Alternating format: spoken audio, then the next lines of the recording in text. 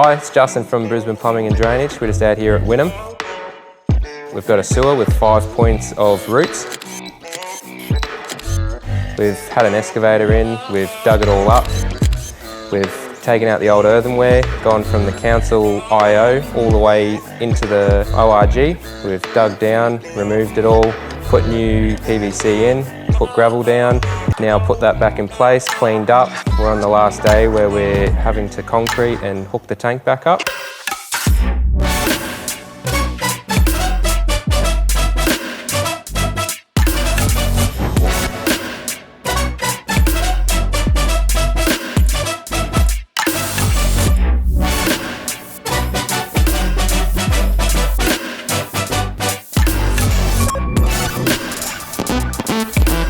For more information, go visit the website on the screen and we'll be able to show you more.